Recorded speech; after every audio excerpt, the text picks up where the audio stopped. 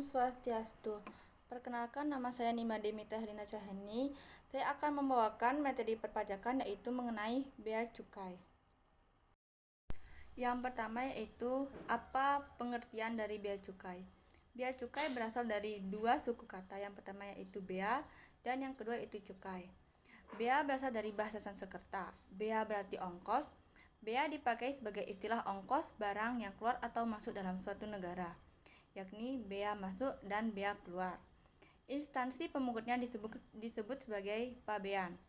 Hal-hal yang terkait dengannya disebut sebagai kepabeanan. Secara istilah, kepabeanan berarti segala sesuatu yang terkait dengan pengawasan atas lalu lintas barang antar negara. Nah, sedangkan selanjutnya yaitu pengertian dari cukai. Cukai adalah pungutan negara yang dikenakan terhadap barang-barang tertentu yang mempunyai sifat atau karakteristik yang ditetapkan dalam Undang-Undang Cukai. Cukai dikenakan terhadap barang kena cukai yang terdiri dari yang pertama, etil alkohol atau etanol dengan tidak mengindahkan bahan yang digunakan dan proses pembuatannya. Yang kedua yaitu minuman yang mengandung etil alkohol dalam kadar berapapun dengan tidak mengindahkan bahan yang digunakan dan proses pembuatannya, termasuk konsentrat yang mengandung etil alkohol. Yang ketiga yaitu hasil tembakau yang meliputi sigaret, cerutu, rokok daun, tembakau iris, dan hasil pengolahan tembakau lainnya dengan tidak mengindahkan digunakan atau tidak bahan pengganti atau bahan pembantu dalam pembuatannya. Barang kena cukai adalah barang-barang tertentu yang mempunyai sifat atau karakteristik yang konsumsinya perlu dikendalikan, peredarannya perlu diawasi, pemakaiannya dapat menimbulkan efek negatif bagi masyarakat atau lingkungan hidup, atau pemakaiannya perlu pembebanan pungutan negara demi keadilan dan keseimbangan. Nah, dalam arti lain, pengertian bea cukai yaitu dapat diartikan sebagai pungutan-pungutan yang dilakukan pemerintah kepada barang-barang yang diekspor dan diimpor serta barang yang memiliki karakteristik khusus. Selanjutnya yaitu sejarah bea cukai. Bagaimana sih sejarah bea cukai? Di Indonesia, lembaga bea cukai atau kepabeanan diyakini telah ada sejak zaman sejarah atau prakolonial. Namun tidak ada dokumentasi yang menegaskan hal tersebut. Dokumentasi mengenai bea cukai Indonesia mulai tercatat dengan rapi sejak masuknya VOC atau Kongsi Dagang India Timur. Pada masa kolonialisme Belanda inilah muncul sebutan douane yang mengacu pada petugas bea cukai yang bekerja pada De Dienst der Invoer en Uitvoerenden en Assiette yang merupakan lembaga resmi bea cukai Hindia Belanda. Tugasnya ini sama dengan lembaga kepabeanan pada umumnya, yakni memungut bea impor, bea ekspor, dan cukai. Pada masa pendudukan Jepang, tugas lembaga bea cukai hanya mengurus pungutan cukai. Barulah setelah Indonesia menyatakan kemerdekaan, lembaga bea cukai kembali mengurus pungutan bea serta pungutan cukai. Lembaga bea cukai pada masa awal kemerdekaan dibentuk pada 1 Oktober tahun 1946 dengan nama Pejabat Bea dan Cukai. Kepala Bea dan Cukai yang pertama adalah R.A. Kertajomena. Dia ditunjuk sebagai kepala oleh Menteri Muda Keuangan Republik Indonesia. Lembaga ini kemudian berubah nama menjadi Jawatan Bea dan Cukai pada tahun 1948 hingga tahun 1965. Dan pada tahun 1965, Jawatan Bea dan Cukai kembali mengubah namanya menjadi Direktorat Jenderal Bea dan Cukai. Nama ini dipakai hingga saat ini. Apa saja dasar hukum bea cukai? Adapun yang menjadi dasar hukum bea cukai adalah sebagai berikut. Yang pertama, Undang-Undang Republik Indonesia Nomor 11 Tahun 1995 tentang cukai sebagaimana telah diubah dengan Undang-Undang Republik Indonesia Nomor 39 Tahun 2007 tentang perubahan atas Undang-Undang Republik Indonesia Nomor 11 Tahun 1995 tentang cukai. Yang kedua yaitu Peraturan Menteri Keuangan atau PMK Nomor 62/PMK.011/2010 tentang tarif cukai etil alkohol, minuman yang mengandung etil alkohol, dan konsentrat yang mengandung etil alkohol. Yang ketiga yaitu Peraturan Menteri Keuangan Nomor 181/PMK.011 2009 tentang tarif cukai hasil tembakau. Yang keempat yaitu Peraturan Menteri Keuangan Nomor 99/PMK.011/2010 tentang perubahan Peraturan Menteri Keuangan Nomor 181/PMK.011/2009 tentang tarif cukai hasil tembakau.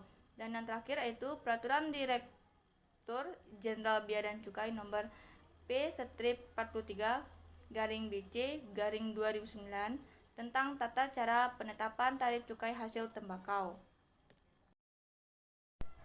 Selanjutnya yaitu apa saja lembaga penanganan bea cukai. Yang pertama yaitu Direktorat Jenderal Bea dan Cukai.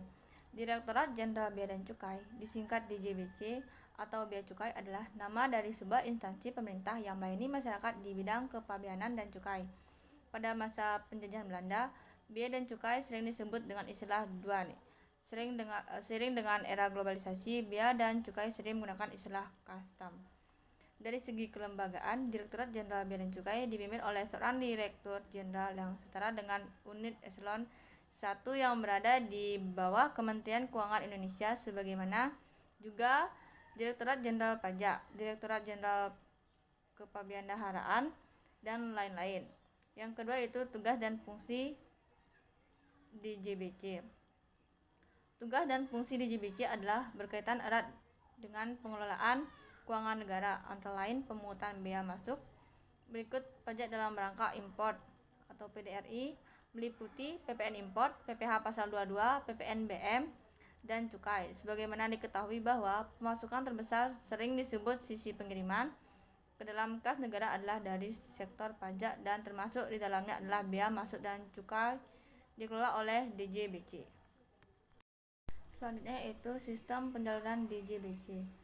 Rencana kedepannya semua importasi akan diarahkan untuk menggunakan sistem ini karena pertimbangan keamanan dan efisiensi, sehingga bermunculan warung-warung edi atau semacam warnet khusus untuk mengurus importasi di sekitar pelabuhan yang akan membantu importir yang belum memiliki modul import atau tidak secara online terhubung dengan sistem komputer DJBC. Proses pengelolaan barang impor sangat tergantung pada jenis barang impor itu sendiri. Khusus untuk barang impor asal tumbuhan dan hewan akan melalui pemeriksaan karantina atau masa karantina ini penting untuk mencegah masuknya penyakit dan hal-hal yang tidak diinginkan dari segi kekarantinaan dan kesehatan, seperti pemeriksaan layak konsumsi atau tidak, masa kadaluarsa, dan sebagainya. Untuk daging impor harus ada Certificate of Origin agar diketahui dari mana asalnya. Juga umumnya sertifikat halal untuk komoditi konsumsi. Selanjutnya, DJBC akan memperlakukan National Single Window atau NSW untuk pelayanan dengan otomasi. Perlu diketahui, sistem penjaluran barang yang diterapkan oleh DJBC dalam proses impor keempat jalur ini awalnya dikategorikan dengan penerapan manajemen risiko berdasarkan profil importir, jenis komoditi barang, track record, dan informasi-informasi yang ada dalam database intelijen DJBC. Sistem penjaluran juga telah menggunakan sistem otomasi sehingga sangat kecil kemungkinan diintervensi oleh petugas DJBC dalam menentukan jalur-jalur tersebut pada barang tertentu. Selanjutnya yaitu apa saja fungsi Ditjen Bea Cukai. Ditjen Bea Cukai memiliki tugas pokok menyusun perumusan dan pelaksanaan kebijakan yang mencakup pengawasan, penegakan hukum, pelayanan, dan optimalisasi penerimaan negara di bidang kepabeanan dan cukai. Mengacu pada laman resmi Ditjen Bea Cukai, Lembaga Kepabeanan Indonesia ini memiliki fungsi utama antara lain: yang pertama, merumuskan kebijakan dalam penegakan hukum, pelayanan yang pengawasan, serta optimalisasi penerimaan negara bidang kepabeanan dan cukai. Yang kedua yaitu melakukan pengawasan, penegakan hukum, pelayanan, dan optimalisasi penerimaan negara bidang kepabeanan dan cukai. Yang ketiga yaitu menyusun norma, standar, prosedur, dan kriteria mengenai pengawasan, penegakan hukum, pelayanan, dan optimalisasi penerimaan negara di bidang kepabeanan dan cukai. Yang keempat yaitu memberikan bimbingan teknis dan supervisi mengenai pengawasan, penegakan hukum, pelayanan, dan optimalisasi penerimaan negara bidang kepabeanan dan cukai. Yang kelima yaitu melakukan pemantauan, mengevaluasi dan melaporkan terkait pengawasan penegakan hukum, pelayanan dan optimalisasi penerimaan negara di bidang kepabeanan dan cukai. Yang keenam yaitu pelaksana administrasi kepabeanan, dan yang terakhir yaitu pelaksanaan fungsi lain yang diberikan oleh Menteri Keuangan. Materi berikutnya yaitu apa saja kebijakan Ditjen Bea Cukai. Sebagai lembaga kepabeanan, Ditjen Bea Cukai telah memperlakukan serangkaian peraturan yang memungkinkan lembaga ini melaksanakan tugas dan fungsi pokok yang telah ditetapkan. Dalam bidang ekspor, Ditjen Bea Cukai menjalankan tugas dengan beberapa dasar hukum, seperti Undang-Undang Nomor 17 Tahun 2006 tentang perubahan Undang-Undang Nomor 10 Tahun 1965 tentang kepabeanan, Peraturan Menteri Keuangan Nomor 13 garing PMK.010 garing 2017 tentang penetapan barang ekspor yang dikenakan bea keluar dan tarif biaya keluar, serta Peraturan Direktur Jenderal Bea Cukai Nomor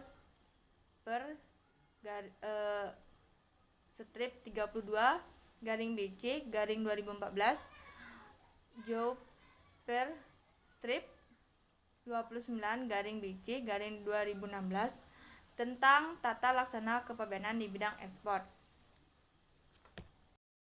Demikian dengan bidang kepabeanan impor, Ditjen Bea Cukai juga melakukan penyusunan dan pengaturan impor demi mewujudkan iklim usaha yang bersih dan kondusif serta melindungi industri dalam negeri. Melalui beberapa dasar hukum seperti Keputusan Menteri Keuangan atau KMK Nomor Kep strip 1418 garing KM.4 garing 2018 tentang daftar barang yang dibatasi untuk diimpor. Kemudian ada pula Peraturan Ditjen Bea Cukai Nomor per strip 5 garing BC garing 2018 tentang pengeluaran barang impor untuk dipakai untuk keperluan industri kecil dan menengah. Terkait pelindungan terhadap industri dalam negeri yang taat pajak, Ditjen Bea Cukai juga terus melakukan upaya dalam menggagalkan berbagai produk ilegal. Ditjen Bea Cukai juga telah melakukan pemusnahan sejumlah barang di seluruh kantor wilayah Bea Cukai. Selain itu, upaya-upaya menggagalkan penyelundupan narkotika juga terus digalakkan oleh Ditjen Bea Cukai. Bagaimana struktur organisasi DJBC?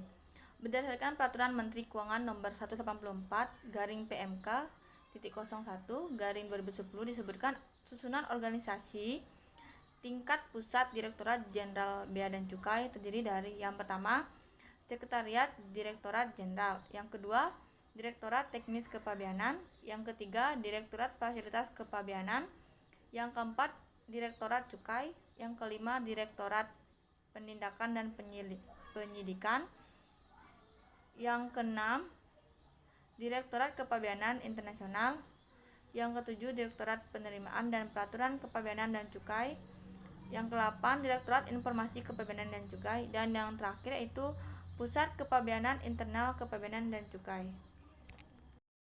Bagaimana hubungan antara bea cukai dengan pajak? Hubungan antara pajak negara yang dipungut oleh DPJ dan kewajiban bea masuk atau bea keluar dan cukai yang dipungut oleh Direktur Jenderal Bea Cukai saling berkaitan erat yang dapat kita lihat melalui pemahaman istilah kewajiban dan pemahaman ketentuan perundangan yang ada.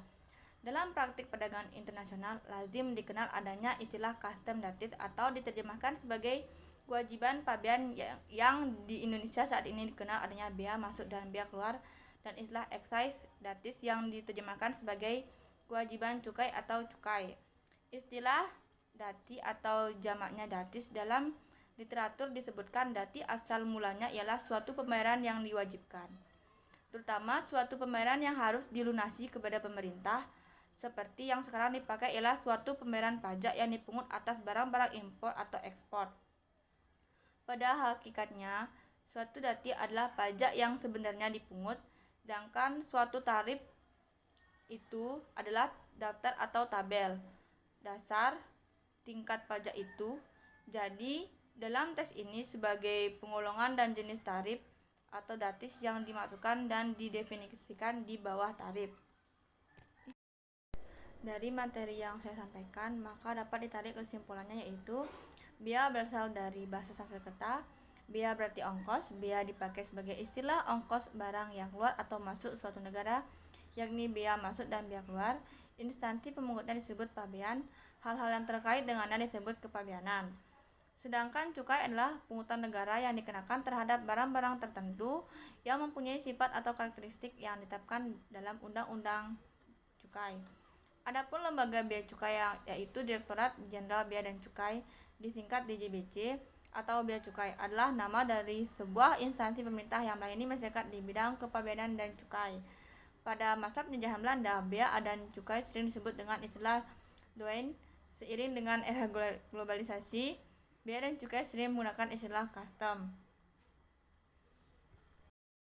Fungsi-fungsi kepabeanan kaitannya dengan pengertian tersebut di atas secara eksplisit dan implisit dijelaskan dalam Undang-Undang Nomor 10 Tahun 1965 dan Undang-Undang Nomor 17 Tahun 2006, yaitu memungut bea masuk, pengamanan hak-hak negara, perlindungan fasilitas perdagangan, memberikan fasilitas kepada industri, merubah perilaku masyarakat pengguna jasa, statistik dan akuntabilitas pegawai. Hubungan antara pajak negara yang dipungut oleh DPJ dan kewajiban bea masuk atau bea keluar dan cukai yang dipungut oleh DJBC saling berkaitan erat yang dapat kita lihat melalui pemahaman istilah kewajiban dan pemahaman ketentuan perundingan yang ada. Berikut materi yang dapat saya sampaikan. Apabila ada salah kata mohon dimaafkan. Akhir kata saya ucapkan Om Santi Santi Santi Om.